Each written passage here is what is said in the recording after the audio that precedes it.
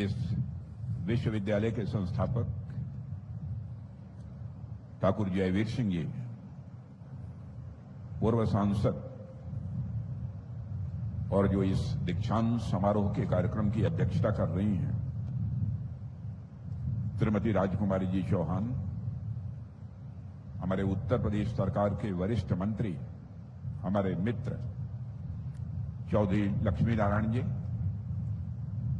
और इस क्षेत्र के बहुत ही डायनेमिक विधायक श्री धीरेन्द्र सिंह जी, डायरेक्टर TV9 और एक भारत के माने जाने साहित्यकार Shri Hemant ji Sharma, doctor PNG Arora, chairman Yashoda Medicity, doctor Vikram Singh ji, chancellor Noida international university एवं former director general police Uttar Pradesh, doctor Devesh Kumar Singh, chairman, Shri Abhimanyu Singh ji, pro chancellor, doctor Uma Bharadwaj, vice chancellor, Shri Mukesh Arasar, registrar, और हमारे सामने हमारे मित्र श्री राकेश सिंह जी यहां पर बैठे हैं, जो कि कई बार सांसद रह चुके हैं और इस समय मध्य प्रदेश सरकार में वह मंत्री हैं। इस विश्वविद्यालय के सभी सम्मानित शिक्षकगण और मेरे प्रिय छात्रों, प्रायः जब भी कन्वोकेशंस के कार्यक्रम होते हैं, मेरी आवाज आप सब तक पहुंच रही है? पीछे आवाज है। अब तक अपने राजनीतिक जीवन में लगभग 70 to 75 यूनिवर्सिटीज में कन्वोकेशंस को एड्रेस करने का मुझे अवसर प्राप्त हुआ है थ्रू आउट द कंट्री। पहले के कंपैरिजन में अब जाना मैंने थोड़ा कम कर दिया है, लेकिन हमारे मित्र जयवीर सिंह जी का आग्रह था कि नहीं, हमारे विश्वविद्यालय में आपको आना ही आना है। और जब मैं भारत का गृह मंत्री था तभी से आपका आग्रह रहा, लेकिन मैंने देखा कि लंबा समय गुजर गया है, अब उनके आग्रह को टालना यह धृष्टता होगी, इसलिए मैंने सहज रूप से इस कार्यक्रम में आने के लिए अपनी सहमति दे दी थी। मैं सबसे पहले उन सारे छात्रों को अपनी हार्दिक बधाई देना चाहता हूं जो आज डिग्री हासिल कर रहे हैं। आप जानते हैं, कन्वोकेशन यानी दीक्षांत समारोह यह एक छात्र के जीवन का एक महत्वपूर्ण यह पड़ाव होता है। एक ऐसा पड़ाव जब आप अपनी शिक्षा हासिल करने के बाद, अपनी डिग्री प्राप्त करने के बाद प्रोफेशनल कैरियर की आप शुरुआत करते हैं। मैं आप सभी को इस नई जर्नी के लिए हार्दिक शुभकामनाएं देता हूं। मेरे बच्चों, इस यात्रा के लिए आपको तैयार करने में आपके गुरुजन यानी आपके टीचर्स, आपके माता पिता और परिवार के सारे सदस्यों का जो कंट्रीब्यूशन रहा है, उसके लिए मैं उनके प्रति कृतज्ञता व्यक्त करता हूं। लेकिन आप सबसे भी मैं अनुरोध करना चाहूंगा कि अपने गुरुजनों, अपने माता पिता और अपने परिवार के जो भी वरिष्ठ हों, उनके प्रति कृतज्ञता ज्ञापित करना, ग्रेटिट्यूड एक्सप्रेस करना, यह कभी भूलिएगा मत। सदैव उन्हें याद रखिएगा। बच्चों, आप सब जानते हैं कि मैं जिस जनरेशन से आता हूं, जिस पीढ़ी से आता हूं, उसे बेबी बूमर कहा जाता है, बेबी बूमर। और आज की जो जनरेशन है उसको जेन जी कहा जाता है। इस बीच में कई और पीढ़ियां भी आई हैं और हर पीढ़ी अपने को बेहतर मानती है और यह स्वाभाविक भी है। लेकिन मैं आज आपसे कुछ अलग कहना चाहता हूं। आपकी पीढ़ी सबसे लेटेस्ट है और मैं मानता हूं कि आपकी पीढ़ी सबसे बेस्ट है। साथियों, जेन जी के बारे में लोगों की धारणा अक्सर गलत होती है। उन्हें लेजी या इनटाइटल्ड कहा जाता है। आजकल के जनरेशन को जिसे हम जेन जी कहकर पुकारते हैं, लेकिन मैं मानता हूं सच्चाई इससे पूरी तरह से अलग है। मैं मानता हूं कि आपकी जनरेशन सेल्फ ड्रिवन है, अपने फैसले खुद लेती है। आपकी जनरेशन कोलैबोरेशन में विश्वास करती है और आपकी जनरेशन डाइवर्सिटी को यानी विविधता को एक्सेप्ट करती है। आप समस्याओं के समाधान के लिए प्रैक्टिकल सोच रखते हैं। आपके अंदर फ्लेक्सिबिलिटी है। आप ऑटोनॉमी चाहते हैं। आप अपने प्रति अकाउंटेबल भी हैं। आप काम को अपने तरीके से और बेहतर ढंग से करना चाहते हैं। यह आपका स्वभाव है और बराबर आप जैसे छात्र एथेंटिसिटी को यह महत्व देते हैं। मेरे बच्चों, एक बड़े विचारक थे ऑगस्ट कोम्ट, उनका नाम संभवतः आपने सुना होगा। डेमोक्रेसी इज डेस्टिनी, यानी किसी भी देश का भविष्य उसकी आबादी की संरचना से तय होता है। उन्होंने लिखा था, और भारत दुनिया का सबसे युवा देश है। हमारी 60% पॉपुलेशन 30 ईयर्स से कम आयु की है। और यह सिर्फ एक स्टैटिस्टिक नहीं है, बल्कि मैं मानता हूं यह सच है। और सच होने के साथ साथ यह अपने आप में एक शक्ति भी है। मेरे बच्चों, इस शक्ति को सही दिशा तब मिलती है जब यह अनुभव के साथ जुड़ जाती है। इसलिए यह एक असाधारण अवसर भी है इंटर जनरेशनल कोलैबोरेशन करने का। और जिस पीढ़ी से मैं आता हूं उसमें अनुशासन, धैर्य और स्थिरता पर विशेष बल दिया जाता था। और आपकी पीढ़ी इनोवेशन और एडॉप्टेबिलिटी पर ही विशेष बल देती है।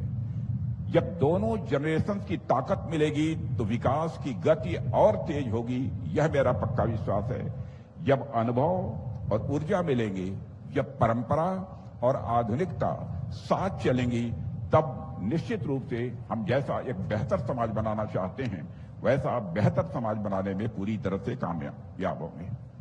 मेरे प्रिय विद्यार्थियों, अक्सर कन्वोकेशंस में महान लोगों के जीवन के प्रेरणादायक इंस्पायरिंग जो स्टोरीज होती हैं वह सुनाई जाती हैं। उनकी सफलता और असफलता की भी कहानियां सुनाई जाती हैं। मैं यह मानता हूं दूसरों की कहानियां तो सुनना अच्छा है, उनसे सीखना भी यह आवश्यक है, लेकिन सबसे महत्वपूर्ण यह है कि हम खुद की कहानी लिखें। आपकी परिस्थितियां, आपके संघर्ष और आपके सपने, ये सभी आपसे अलग बनाते हैं। इसलिए आप अपनी क्षमताओं को पहचानें, अपनी शक्तियों को भी आप पहचानें और फिर काम करें। जैसे हनुमान जी के पास अपार शक्ति थी, लेकिन वे अपनी शक्तियों को भूल गए थे। तब जामवंत जी ने उन्हें शक्ति का स्मरण कराया था और फिर हनुमान जी एक छलांग में समुद्र लांघ गए थे। और फिर हनुमान जी एक छलांग में वह समुद्र लांघ गए थे। जैसे हनुमान जी को उनको उनकी शक्ति की याद दिलानी पड़ी थी, वैसे ही हमें भी खुद को याद दिलाना होगा कि हम क्या कर सकते हैं। और बच्चों, मैं आपके बारे में कह सकता हूं, आज की जनजी जनरेशन के बारे में मैं जानता हूं, एक बार वह संकल्प कर लें तो बड़े से बड़े लक्ष्य को वह जीवन में हासिल कर सकते हैं। आज से 4 दिन बाद 14 अप्रैल 14 अप्रैल ये बाबा साहब भीमराव अंबेडकर की जयंती है। बाबा साहब को बचपन में बहुत सारे डिस्क्रिमिनेशंस, भेदभावों का सामना करना पड़ा था। उनके साथ इनजस्टिस हुई, अन्याय हुआ, लेकिन स्कूल में एक कॉमन नल से पानी तक भी उन्हें नहीं पीने दिया जाता था। उनके जीवन में हर कदम पर बहुत सारी बाधाएं भी आईं, लेकिन उन्होंने जिंदगी में कभी हार नहीं मानी और उन्होंने शिक्षा व संघर्ष के दम पर आप देख रहे हैं इतिहास बदलने का काम बाबा साहब भीमराव अंबेडकर ने किया। और मेरे बच्चों, आप जब अपने जीवन के एक नए पड़ाव पर खड़े हैं तो आप सभी को बाबा साहब के जीवन से कुछ न कुछ सीखना चाहिए। आपको भी अनेक मुश्किलों का सामना करना पड़ सकता है, लेकिन हार मानना यह विकल्प किसी भी सूरत में नहीं हो सकता है। बस हिम्मत के साथ आपको आगे बढ़ते जाना है। मेरे प्रिय छात्रों, एक बहुत ही इंस्पायरिंग, बहुत ही प्रेरणादायक एक पुस्तक है द एल्केमिस्ट, जिसे आप में से कई लोगों ने पढ़ा होगा। और इस पुस्तक में एक बेहद सुंदर कहानी आती है। एक व्यापारी अपने बेटे को दुनिया के सबसे ज्ञानी व्यक्ति के पास खुशी का रहस्य, मिस्ट्री ऑफ हैप्पीनेस जानने के लिए भेजता है। लंबी यात्रा के बाद वह युवक उस ज्ञानी के महल में पहुंचता है। युवक ज्ञानी व्यक्ति से पूछता है, यह बताओ असली खुशी क्या है, रियल हैप्पीनेस क्या है? तो वह ज्ञानी व्यक्ति उसको तुरंत उत्तर देने के बजाय उसे एक चम्मच में, एक स्पून में तेल भर कर देता है और यह कहता है कि पहले जाओ और ये पूरा महल, पूरा पैलेस घूम कर आओ, लेकिन ध्यान रखना यह चम्मच का तेल किसी भी सूरत में गिरना नहीं चाहिए। वह युवक पूरा महल घूमकर वापस आता है तो ज्ञानी व्यक्ति उससे पूछता है कि उसने महल में क्या देखा। तब उस युवक को एहसास होता है, उसका ध्यान केवल इस बात पर था कि हमारे चम्मच से तेल न गिर जाए। उसने महल की सुंदरता देखी ही नहीं। तब ज्ञानी व्यक्ति उससे कहता है, फिर से जाओ और महल की सारी चीजों को ध्यान से देखकर तब वापस आओ। और इस बार वह युवक महल की अद्भुत कलाकृतियां, बगीचे और हर एक सुंदर चीज को ध्यान से देखता है, लेकिन जब लौट कर आता है तो चम्मच से तेल पूरी तरह से गिर चुका होता है। तब ज्ञानी व्यक्ति मुस्कुराकर कहता है, खुशी का असली रहस्य यही है कि आप दुनिया की सभी सुंदरताओं को देखें, अपने सपनों का पीछा भी करें, जीवन का आनंद भी लें, लेकिन साथ ही अपने कर्तव्यों और जिम्मेदारियों को कभी भी न भूलें। यही संतुलन सच्ची खुशी, यही संतुलन सच्ची खुशी और सफलता की सबसे बड़ी कुंजी है। मेरे साथियों, इस कहानी में आपके एम्बिशंस, आपके ड्रीम्स, आपके अपॉर्चुनिटीज महल की खूबसूरती की तरह है और चम्मच में तेल आपकी रिस्पॉन्सिबिलिटीज, वैल्यूज और रिलेशनशिप्स हैं। जीवन में आगे बढ़ते समय आपको दोनों के बीच बैलेंस बनाकर चलना होगा और यह बैलेंस किसी भी सूरत में टूटने न पाए, इसके प्रति सदैव आपको सजग भी रहना होगा। और यही संतुलन आपकी सफलता और खुशी तय करेगा, ऐसा मेरा मानना है।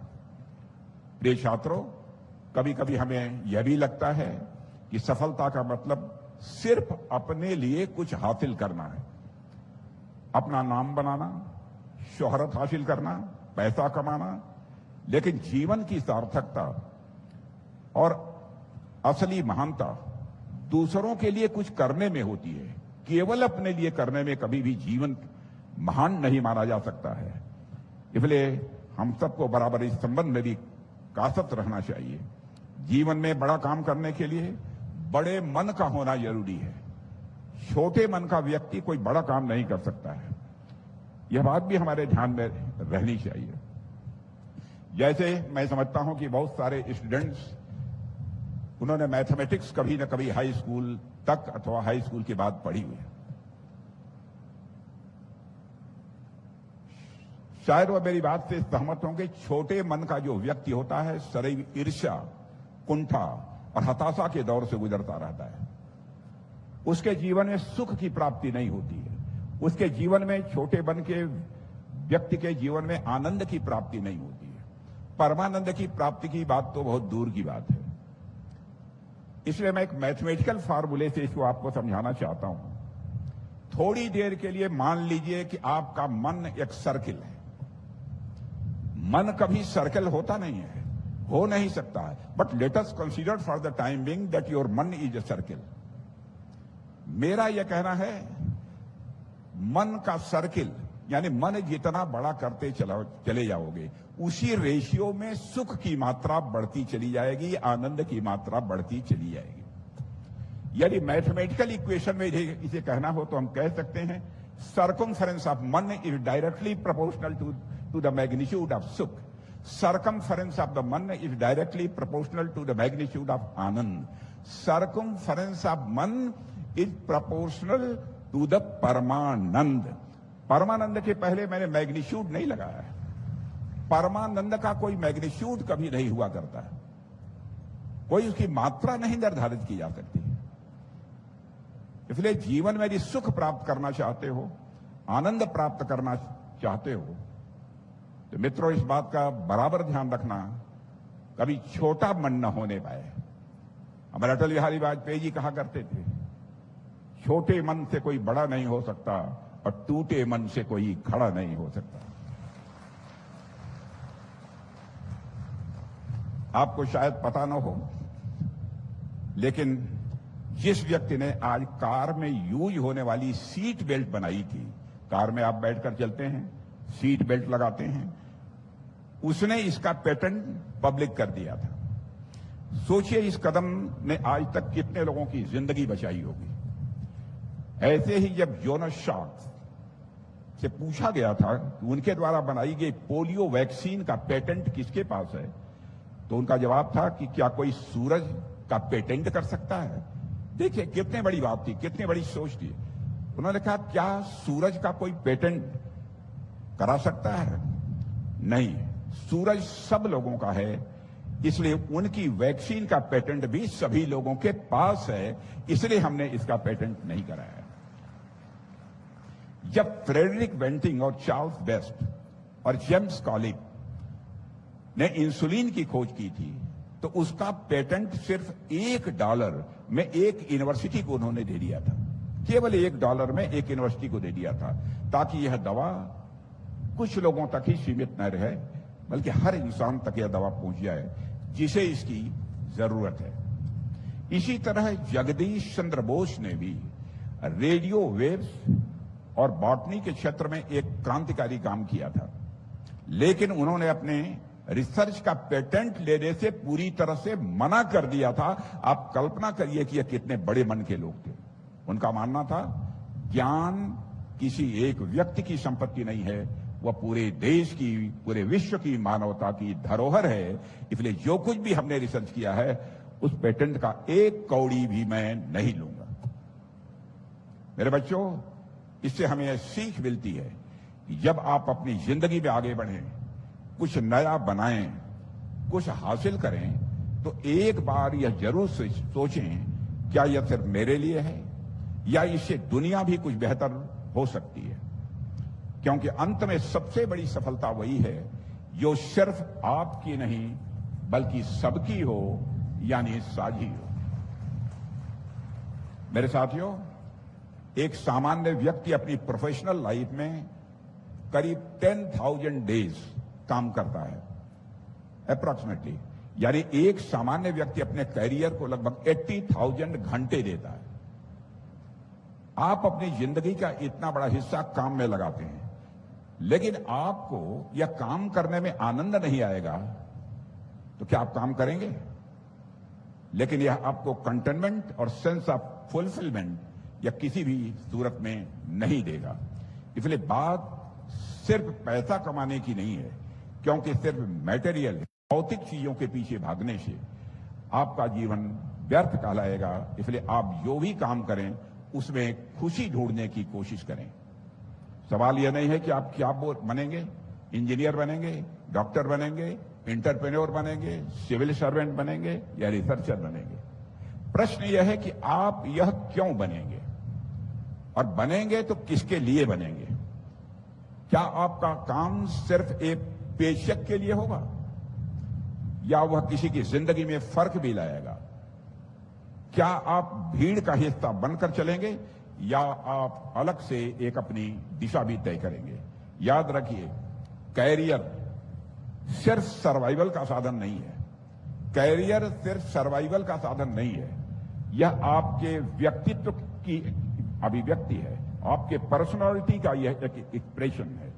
और जब आपका काम अपने जीवन के पर्पज और लार्जर काज से जुड़ जाता है तो वह आपको खुशी देता है, वह आपको संतुष्टि देता है।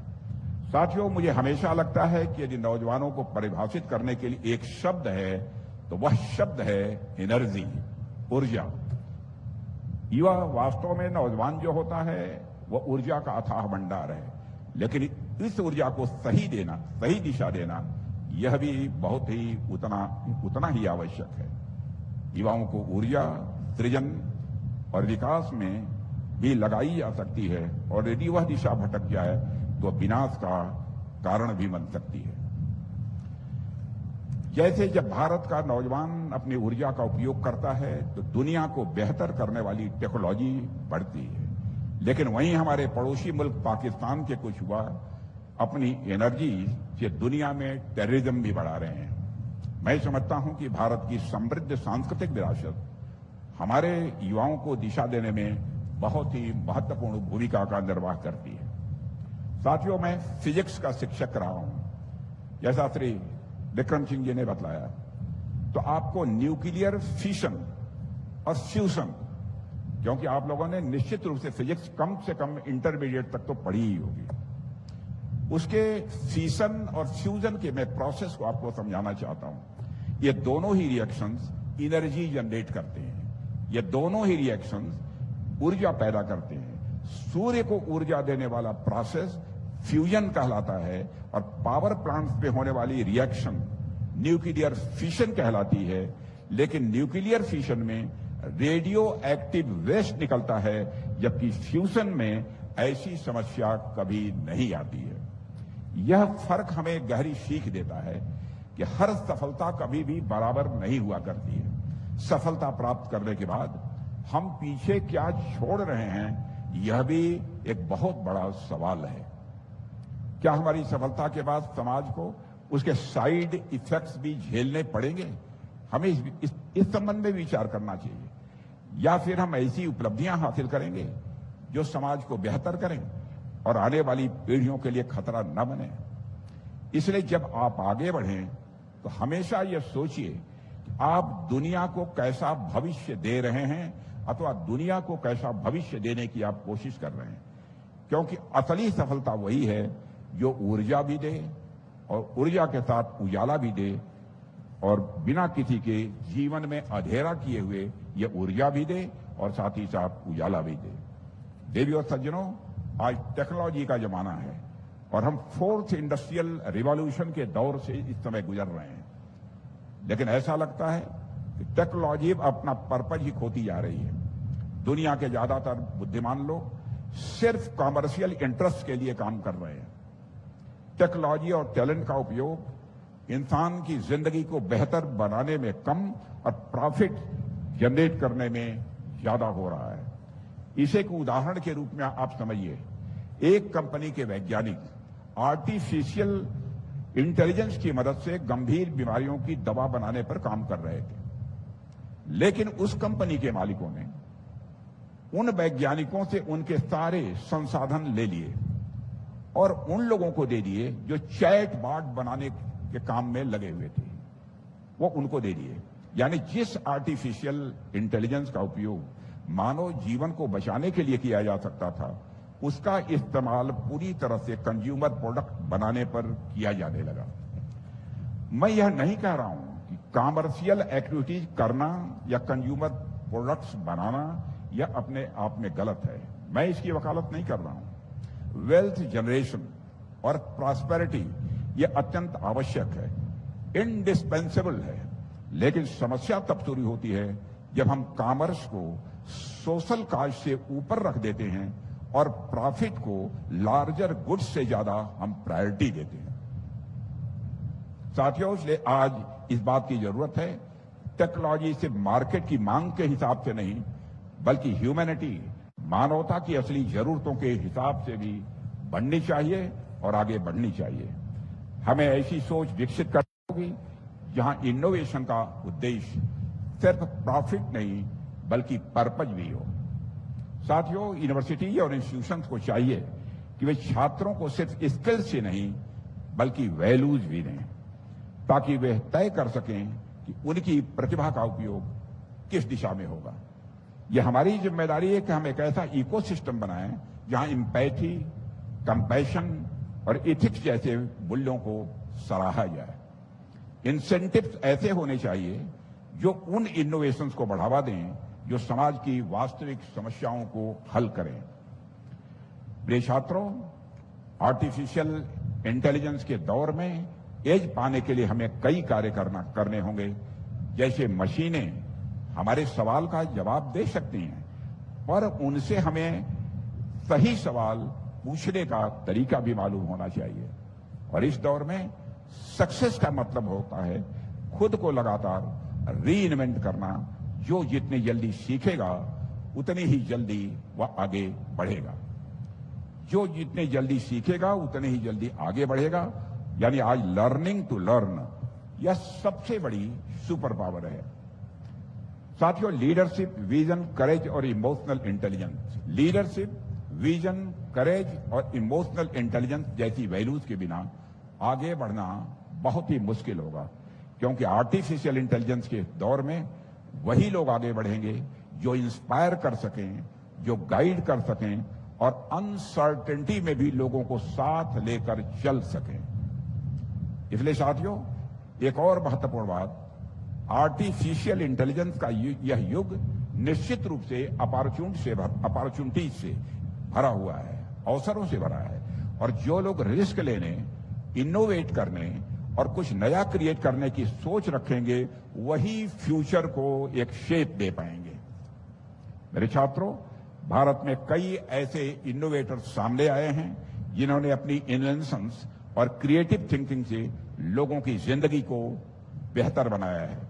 जैसे एक इंजीनियर ने ऐसा स्मार्ट सिस्टम बनाया जो घरों में बिजली की बर्बादी को पहचान कर अपने आप उसे कम कर सकता है। इसी तरह कुछ इनोवेटर्स ने पोर्टेबल डायग्नोस्टिक डिवाइसेज भी बनाए हैं जो रूरल एरियाज में भी बीमारियों को डायग्नोसिस करने में इस समय मदद कर रहे हैं। आज कई स्टार्टअप्स सेमीकंडक्टर चिप बनाकर भारत के आत्मनिर्भरता के मिशन को भी वो आगे बढ़ाने में एक बहुत बड़ा योगदान कर रहे हैं। एक इनोवेटर ने एक ऐसा रोबोटिक सिस्टम बनाया है जो आर्म्ड फोर्सेज की खतरनाक इलाकों में बहुत ही मदद कर सकता है। ऐसे ही किसी ने अनसेफ ड्रिंकिंग वाटर को पहचानने का एक आसान तरीका बनाया है। तो किसी ने सूखे बोरवेल्स को फिर से रिवाइव करने के लिए और लोगों तक पानी पहुंचाने का भी काम किया है। वहीं कुछ इनोवेटर्स ने ऐसे सस्ते प्रोस्थेटिक हैंड्स और मोबिलिटी डिवाइसेज बनाए हैं जिससे दिव्यांग लोगों का जीवन यह आसान बनाया जा सके। साथियों, इन सभी उदाहरणों में एक चीज आपको कॉमन देखने को मिलेगी।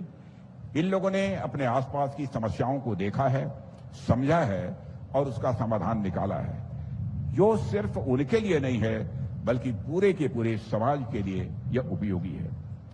और यह जिम्मेदारी अब आप जैसे युवा ग्रेजुएट्स के कंधों पर रही है। जब आप कल किसी कंपनी में स्टार्टअप या रिसर्च लैब का हिस्सा बनेंगे, तब यह निर्णय आपका होगा कि आपकी अपनी प्रतिभा को सिर्फ एल्गोरिथम्स को ऑप्टिमाइज करके प्रॉफिट बढ़ाने में लगाएंगे या मानवता को उठाने में, यानी मानवता को अपलिफ्ट करने में लगाएंगे।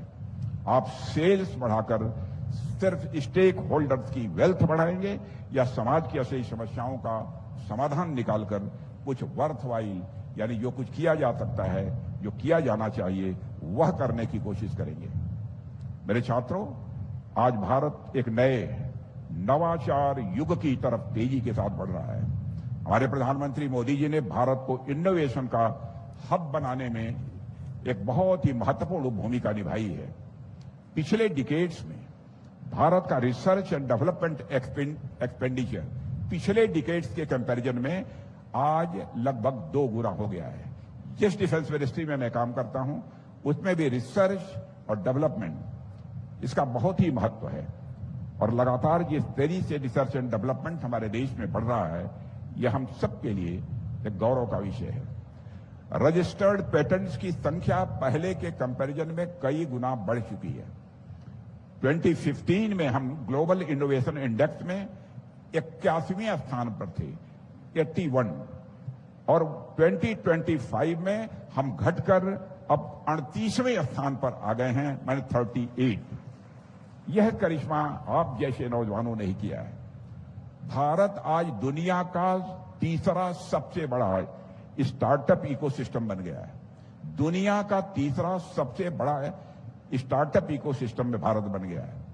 भारत का सेमी कंडक्टर क्षेत्र अब उड़ान भर रहा है। भारत की बायो इकोनॉमी पिछले 11 सालों में 16 गुना से अधिक बढ़ गई है। साथियों, केंद्र सरकार ने पिछले वर्ष 1 लाख करोड़ रुपए के रिसर्च डेवलपमेंट और इनोवेशन फंड की शुरुआत की थी। इस वर्ष भी डीप फेक स्टार्टअप के लिए 20,000 करोड़ का कोष हमारी गवर्नमेंट ने बनाया है और अटल टिंकरिंग लैब्स के बजट में भी 6 टाइम्स की वृद्धि हम लोगों ने की है। यह सब बातें एक स्पष्ट यह संदेश देती हैं कि हम अपने नौजवानों को इस टेक्नोलॉजी के युग में पीछे नहीं रहने देंगे। यह हमारी गवर्नमेंट का संकल्प है और हम यह सुनिश्चित करेंगे कि हमारा नौजवान इनोवेशन के बल पर विकसित भारत के सपने को साकार करने में अपना योगदान दे सके।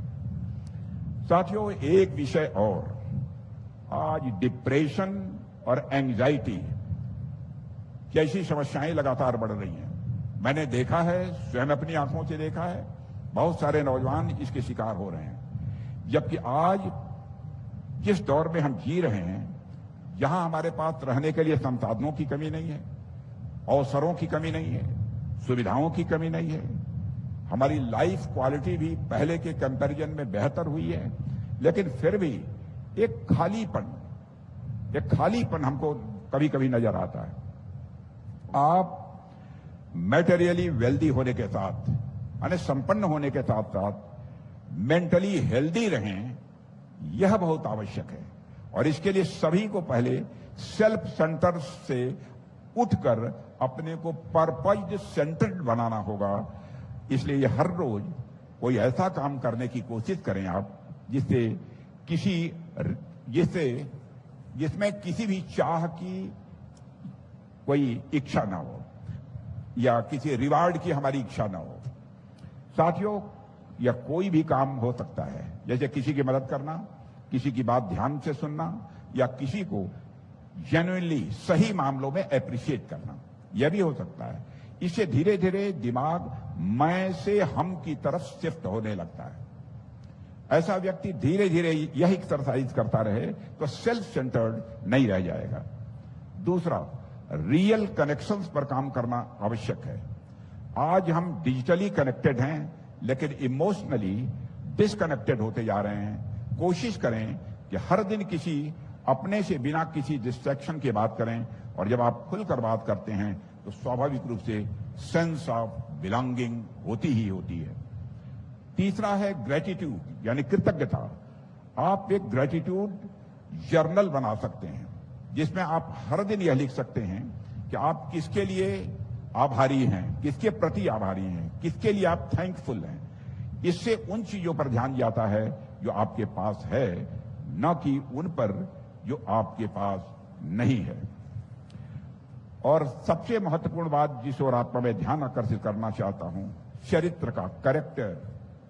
मनुष्य के जीवन में कैरेक्टर, चरित्र, यह सबसे बड़ी चीज होती है। माने बहुत अच्छे कपड़े पहन लेना, वेल ड्रेस्ड होना कहीं जाने के लिए, लेकिन आप चरित्रहीन हैं, आपके पास जो कैरेक्टर होना चाहिए वो नहीं है, तो मैं समझता हूं कि इसमें जीवन की सार्थकता नहीं है। मैं एक प्रसंग आपको सुनाना चाहता हूं। स्वामी विवेकानंद प्रायः दुनिया के दूसरे देशों में धर्मोपदेश करने के लिए जाते थे, अथवा कोई सम्मेलन होता था धार्मिक विषयों पर, उसमें भी वो पार्टिसिपेट करते थे। वहां जाकर एक सम्मेलन में भाग लेने के लिए गए। सम्मेलन में पहुंचने में थोड़ा विलंब हुआ, वह अन्य लोगों के साथ पीछे बैठ गए। एक दुनिया के किसी देश के कोई संत थे, उन्होंने जब स्वामी विवेकानंद के ड्रेस को देखा, जल्दी जल्दी में गए थे, वेल ड्रेस्ड, उनको लगा कि जैसा वेल ड्रेस्ड इस कॉन्फ्रेंस में आने के लिए उनको होना चाहिए था, वह नहीं है। तो वो स्वामी विवेकानंद की तरफ देखकर मुस्कुराए। स्वामी विवेकानंद ने समझ लिया कि हमारे ड्रेस को देखकर ये मुस्कुरा रहे हैं। लेकिन जब स्वामी विवेकानंद खड़े हुए बोलने के लिए, तो उन्होंने बोलते हुए कहा था, उनकी तरफ इशारा करते हुए, कि in your country tailor makes the man, but in our country character makes the man, यह स्वामी विवेकानंद ने कहा था। तुम्हारी कंट्री में टेलर इंसान बनाता है, लेकिन हमारे यहां इंसान यदि कोई बनता है तो अपने चरित्र से बनता है। बच्चों, एक बात पर और मैं आग्रह आपसे करना चाहूंगा, जीवन में आस्था और विश्वास का बहुत बड़ा महत्व होता है। मैं मसूरी गया था, वहां के जो भी हमारी यूनियन पब्लिक सर्विस कमीशन के ट्रेनीज हैं उनको एड्रेस कर रहा था, वहां भी उन लोगों से मैंने यही बात कही थी। जीवन में आस्था और विश्वास का बहुत बड़ा महत्व होता है, इसे मत बोलिएगा। लोग कहते हैं कि साहब जो प्रैक्टिकल है, जो दिखाई दे रहा है वही सच है, इसके अलावा सब मिथ्या है, सारी चीजें झूठी हैं। ऐसा नहीं होता है। जैसे मैं आपसे कोई यह प्रश्न करूं, किसी व्यक्ति के पास इतना पैसा था, मैं सारे बच्चों से मैं चाहूंगा आप ध्यान से सुनिए, और जो इसकी रिप्लाई कर सकते हैं वो रिप्लाई करें। किसी व्यक्ति के पास इतना पैसा था, उसने आधा एक को दे दिया, 1/3 दूसरे को दे दिया, और उसके बाद उसके बावजूद जो है 100 पैसा उसके पास बचा हुआ था। बताइए टोटल अमाउंट कितना था? कोई बतलाएगा? टोटल अमाउंट कितना था? नहीं मालूम है। मैं इसको बतलाता हूं। Let us consider the total amount was a. यह बात सच है कि ए कभी हो नहीं सकता वह अमाउंट, लेकिन मान लिया, हमारा आस्था है, हमारी विश्वास है, मान लिया कि वह टोटल अमाउंट ए था, तो मैंने कहा उसका हाफ एक व्यक्ति को दे दिया, A/2, 1/3 दूसरे को दे दिया, plus A/3। A/2 plus A/3 कितना हुआ? कोई बोलेगा? कोई स्टूडेंट? A/2 प्लस A/3 कितना हुआ? कोई स्टूडेंट बोलेगा A/2 प्लस A/3 कितना हुआ?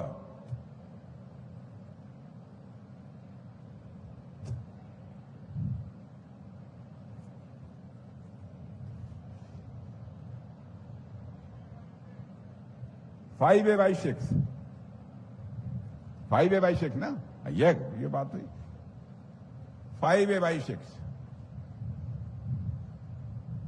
तो इसका मतलब टोटल अमाउंट ए था, तो ए में से 5A/6 घटा दीजिए, कितना आया? A/6। रेस्ट अमाउंट जो बचा था वो 100 था। A/6 is equal to 100, it means A is equal to 600। A is equal to 600। तो यदि मैथमेटिकल प्रॉब्लम्स का सलूशन आस्था, विश्वास और श्रद्धा के आधार पर निकाला जा सकता है, तो मनुष्य के जीवन की समस्याओं का समाधान आस्था, विश्वास और श्रद्धा से क्यों नहीं हो सकता? यह बात हमारी समझ में नहीं आई। भाई मान लिया था हमने कितना है। आस्था, विश्वास, श्रद्धा भी ऐसी होती है। हमारी आस्था फला के प्रति है, हमारी श्रद्धा फला के प्रति है। जीवन में बच्चों बराबर ध्यान रखना, आस्था, विश्वास और श्रद्धा का बहुत बड़ा महत्व होता है। जिंदगी में पूरी तरह से आपको कासत रहना चाहिए कि हमारे मन में किसी भी प्रकार का अहंकार, ईगो न पैदा हो। और यह मानकर चलिएगा, जो भी हम लोगों की जिंदगी का अनुभव है, जिंदगी में कभी भी हमने अहंकार नहीं किया है। स्वयं बचने की कोशिश करता हूं, इंट्रोस्पेक्ट करता हूं,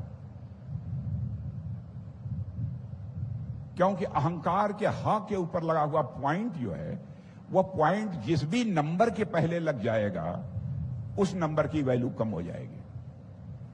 जैसे अहंकार के हा के ऊपर लगा हुआ पॉइंट 1 के पहले लगा दीजिए तो 0.1 हो जाता है। अब 0.1 इज इक्वल टू 1/10। आपकी वैल्यू जितनी है उससे 10 गुना कम हो जाएगी। अहंकार से भी हमको जिंदगी में बराबर बचते रहने की कोशिश करनी चाहिए। यह मेरा आप सभी से अनुरोध है। आज के अवसर पर इससे बहुत कुछ ज्यादा न कहते हुए मैं आप सभी को अपनी हार्दिक शुभकामनाएं देता हूं और साथ ही ईश्वर से प्रार्थना करता हूं, परमात्मा आप सबको इतनी शक्ति दे, इतनी सामर्थ्य दे कि आप केवल भारत के ही नहीं बल्कि दुनिया के लिए भी कोई कल्याणकारी कार्य कर सके और अपने जीवन की सार्थकता सिद्ध कर सके। अपना आइए दोस्तों, हम सभी मिलकर एक बार फिर से हमारे परम सम्माननीय रक्षा मंत्री श्री राजनाथ सिंह का जोर